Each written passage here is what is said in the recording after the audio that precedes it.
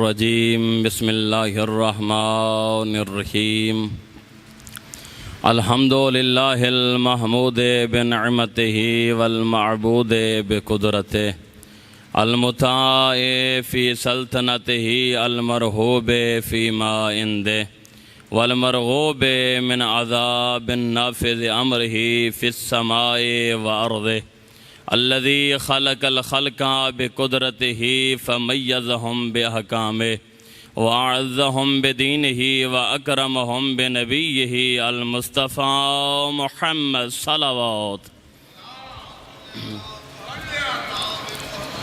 وعلى أهل بيته الطيبين الطاهرين المعصومين المنتجبين المنتخبين أما بعد فقال الرحمن في القرآن بسم الله الرحمن الرحيم يرفع الله الذين آمنوا منكم والذين أوتوا العلم درجات الصلوات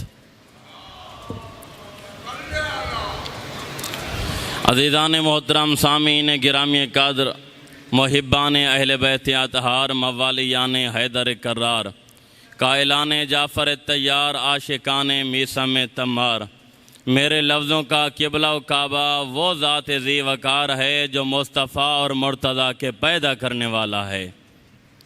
میرے عزیز سامعین، میں نے اللہ رب العزت کی لا ریب و بے عیب کتاب میں سے ایک آیت کریمہ پڑھنے کا شرف حاصل فرمایا جس میں کریم خالق عزت کا سبب بتا رہا ہے کہ انسان دیکھیں بھائی، اگر انسان جس بھی قبیلے سے تعلق رکھتا ہو، کسی بھی مذہب سے تعلق رکھتا ہو، چاہے شیعہ ہو، چاہے اہل سنت ہو، کسی بھی مکاتب فکر سے تعلق رکھتا ہو، بلکہ جملہ بدل کر اس طرح کہہ دوں، چاہے وہ کسی بھی قبیلے سے تعلق رکھتا ہو، چاہے شہری ہو، چاہے دیہاتی ہو، چاہے مرد ہو، چاہے عورت ہو، چاہے جوان ہو، چاہے بزرگ ہو، ہر انسان کے دل کی خواہش ہوتی ہے کہ خدا مجھے عزت عطا فرمائے۔ رب کعبہ کی قسم، جتنا بھی لوگ عزت تلاش کرنے کے لیے نکلے ہیں، اپنی جسم کی پوری توانائیاں خرچ کر کے عزت کو پانا چاہتے ہیں، لیکن کریم خالق نے عزت کا سرچشمہ جو بیان کیا ہے وہ آل محمد کو بیان کیا ہے۔ جو آل محمد متمسک ہو جائے وہ صاحب عزت ہوا کرتا ہے۔ میرے بھائیو، عزت دولت کا سرچشمہ نہیں ہے، دولت عزت کا سرچشمہ نہیں ہے۔ میرے بھائیو، آج کل افسوس سے کہنا پڑتا ہے کہ ہمارے معاشرے میں یہ ذہن بنا دیا گیا ہے کہ جس کے پاس کوٹھیاں زیادہ ہوں وہ صاحب عزت ہوتا ہے، جس کے پاس مال زیادہ ہو وہ صاحب عزت ہوتا ہے، جس کے بعد بنگلے زیادہ ہوں وہ صاحب عزت ہوتا ہے، جس کے پاس نوکر زیادہ ہوں وہ صاحب عزت ہوتا ہے۔ رب کعبہ کی قسم، اگر تاریخ کا مطالعہ کرو تو تمہیں پتہ چل جائے گا، تاریخ آدمیت میں تمہیں مل جائے گا، عزت کہیں اور ملے گی، دولت کہیں اور ملے گی۔ اگر دیکھنا چاہو تو میں آپ کو چند پیش گزار کرنا چاہتا ہوں، چند مثالیں ذکر کرنا چاہتا ہوں۔ اگر دیکھا جائے، تاریخ آدمیت کا مطالعہ کیا جائے تو دولت نمرود کے پاس ملے گی، عزت ابراہیم کے پاس ملے گی، دولت فرعون کے پاس ملے گی، عزت موسیٰ کے پاس ملے گی، دولت قارون کے پاس ملے گی، عزت ہارون کے پاس ملے گی، دولت ابو جہل و ابو لہب کے پاس ملے گی، عزت آمنہ کے لال کے پاس ملے گی، دولت حاکم شام کے پاس ملے گی، عزت علی ابن ابی طالب کے پاس ملے گی، دولت حاکم شام یزید ابن معاویہ کے پاس ملے گی، عزت حسین ابن علی کے پاس، عزت حسین ابن علی کے پاس ملے گی۔ میرے بھائیو، دولت عزت کا سرچشمہ نہیں ہے، تو اب سوال تو بنتا ہے کہ کون سی چیز ایسی ہے جو عزت کا سرچشمہ بنتی ہے۔ توجہ میری طرف رہے بھائیو، کیونکہ مجلس کا ماحول ہی ایسا ہوتا ہے کہ مومنین آتے رہتے ہیں، تو آپ کی توجہ میری طرف ہو، کیونکہ چند پیش گزار کرنی ہوتی ہیں، چند باتیں آپ تک پہنچانی ہوتی ہیں۔ یہ پیغام کربلا ہے، جتنا وقت ہر کسی کے نام میں لکھا ہے اس نے ذکر کرنا ہے، اس نے ذکر سننا ہے۔ میرے بھائیو توجہ کرنا، رب کعبہ کی قسم اگر انسان دیکھنا چاہے کہ عزت کس چیز کا نام ہے، اور میں تمہیں بیان کرتا ہوں عزت کہاں ملے گی۔ عزت اگر لینی ہے تو آؤ قرآن سے پوچھتے ہیں عزت ہمیں کہاں ملے گی۔ قرآن کہتا ہوا نظر آتا ہے یرفع اللہ الذین آمنوا منکم والذین اوتوا العلم درجات۔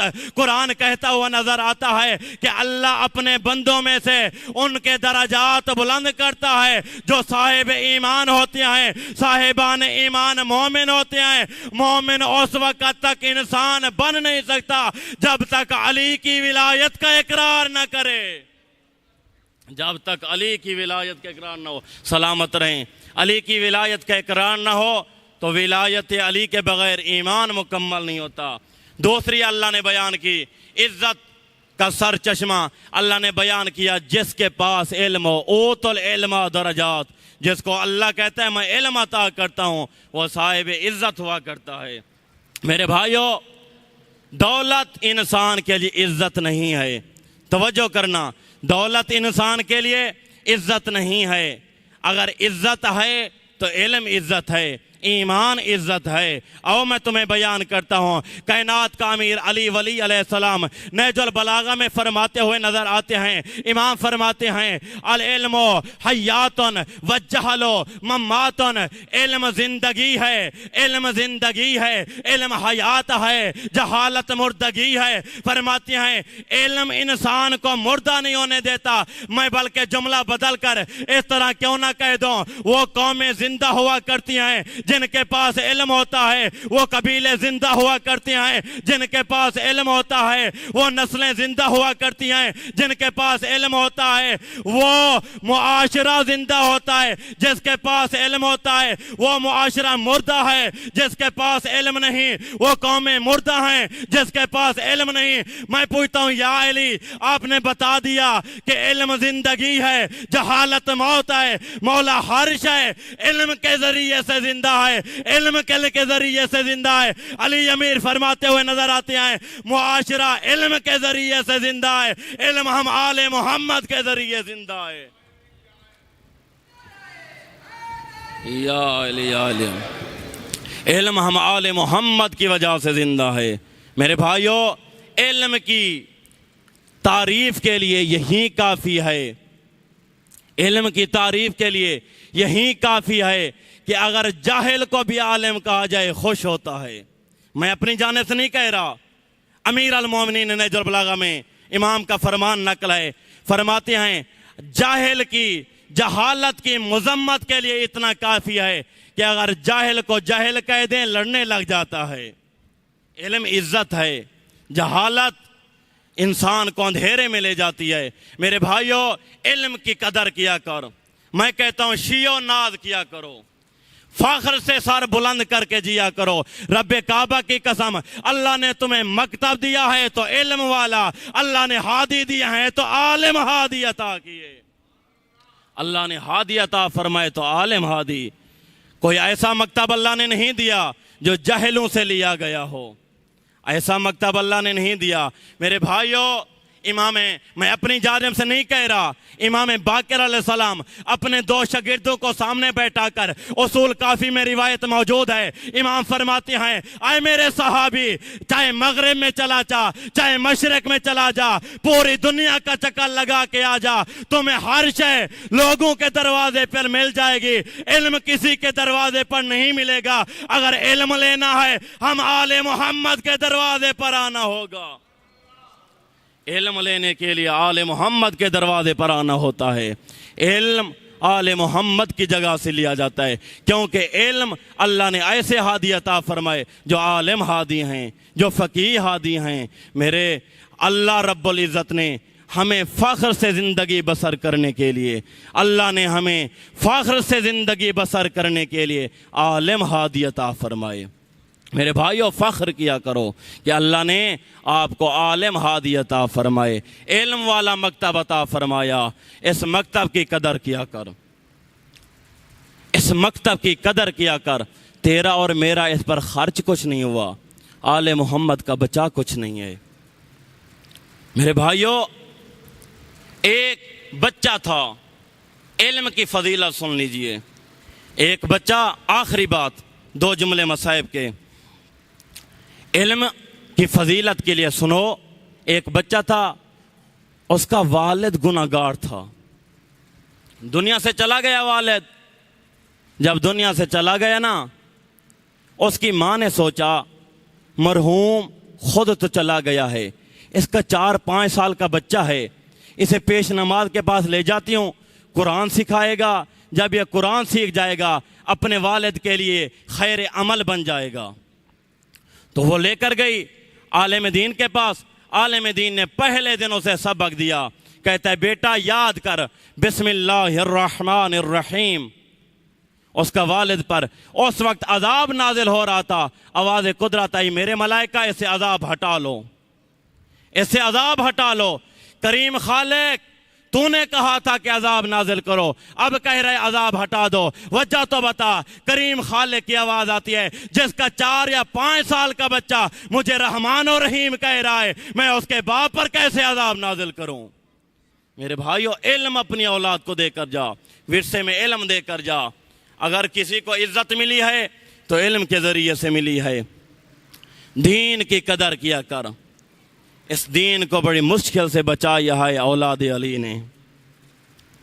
میرے بھائیو، وطن ہر کسی کو پیارا ہوتا ہے، میں نے کل بھی عرض کیا تھا، وطن ہر کسی کو پیارا ہوتا ہے۔ خدا کرے کہ وطن سے انسان غریب الوطن نہ ہو۔ اور دعا دوسری کیا کرو، خدا کرے اپنے شہر میں کوئی غریب نہ ہو جائے، اپنے شہر میں کوئی غریب نہ ہو جائے۔ امام حسین نے جب تیاری کی نا، پردہ دار سوار ہو گئے۔ امام حسین کو عراق جانے کے لیے منع کرنے کے لیے خاندان عصمت میں سے چند افراد آئے۔ پہلے فرد کا نام ہے جناب محمد حنفیہ۔ آئے دیکھ کر کہتے ہیں، بھائی حسین میں نے سنا ہے تم عراق جا رہے ہو۔ جی محمد بھائی، میں عراق جا رہا ہوں۔ نہ جاؤ بھائی۔ کہتے ہیں کیوں؟ فرماتے ہیں میں نے سنا ہے اللہ کا رسول کہتا تھا جب حسین عراق جائے گا زندہ واپس نہ آئے گا، نہ جاؤ عراق۔ دوسرا خاندان عصمت میں سے جس نے منع کیا، اس ذات کا نام ہے جناب ام ہانی۔ جناب ام ہانی آئی، دیکھ کر کہتی ہے جناب علی کی ہمشیرہ ہے، جناب ابو طالب کی بیٹی ہے، بزرگی کی حالت ہے، عصا کا سہارا لے کر آئی۔ حسین عراق نہ جا۔ کیوں پھوپھی اماں؟ فرماتے ہیں اس لیے کہ جب سے میں نے اس خاندان میں پرورش پائی ہے نا، میں نے جنات کے 4 مرتبہ رونے کی آوازیں اس گھر میں سنی ہیں۔ پھوپھی اماں کون سے 4 موقع؟ فرماتے ہیں پہلا موقع جب اللہ کے رسول کا جنازہ اٹھا تھا نا، اس وقت میں نے جنات کے رونے کی آوازیں سنی تھی۔ اب پھر دوسرا موقع جب تیری مظلومہ ماں کا جنازہ اٹھا تھا۔ تیسرا موقع جب تم کوفہ میں یتیم ہو گئے تھے۔ چوتھا موقع جب حسن کے جنازے پر تیر لگے تھے۔ فرماتے ہیں 4 موقع پہلے تھے، آج تو نے تیاری کی ہے، میں نے جنات کے رونے کی آوازیں سنی۔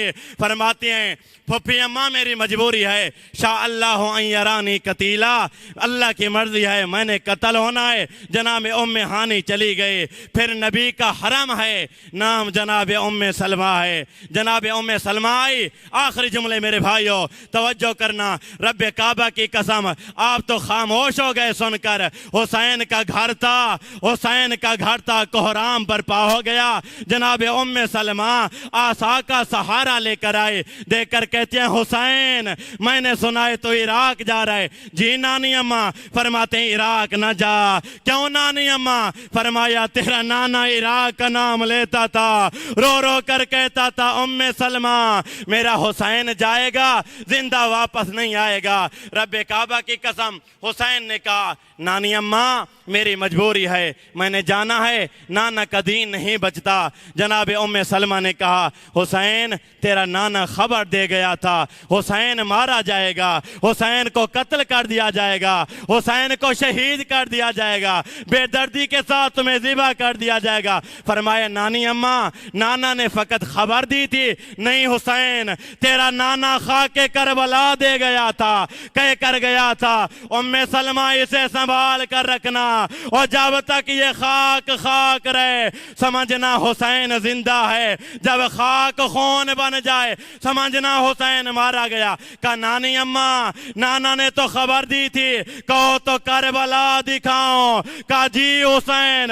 حسین نے انگشت امامت بلند کیا، جناب ام سلمہ نے دیکھا ایک جوان ہے اور جس کے سینے میں برچی۔ کہا حسین کون ہے؟ نانی ام سلمہ میرا اکبر۔ فرمایا یہ کون جوان ہے اور جس کے بازو کٹ گئے؟ فرمایا نانی یہ میرا بھائی عباس ہے۔ فرمایا حسین اب ہاتھ کو ہٹا لو۔ کیوں نانی؟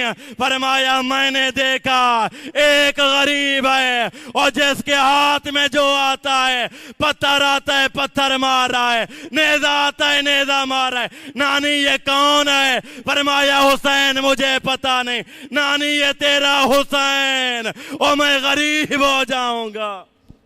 پر محمد و آل محمد بلند تر صلوات۔ اللہم صلی علی محمد و آل۔ دبیر برادران سے ملتمس ہوں کہ وہ سوز و سلام پیش کریں۔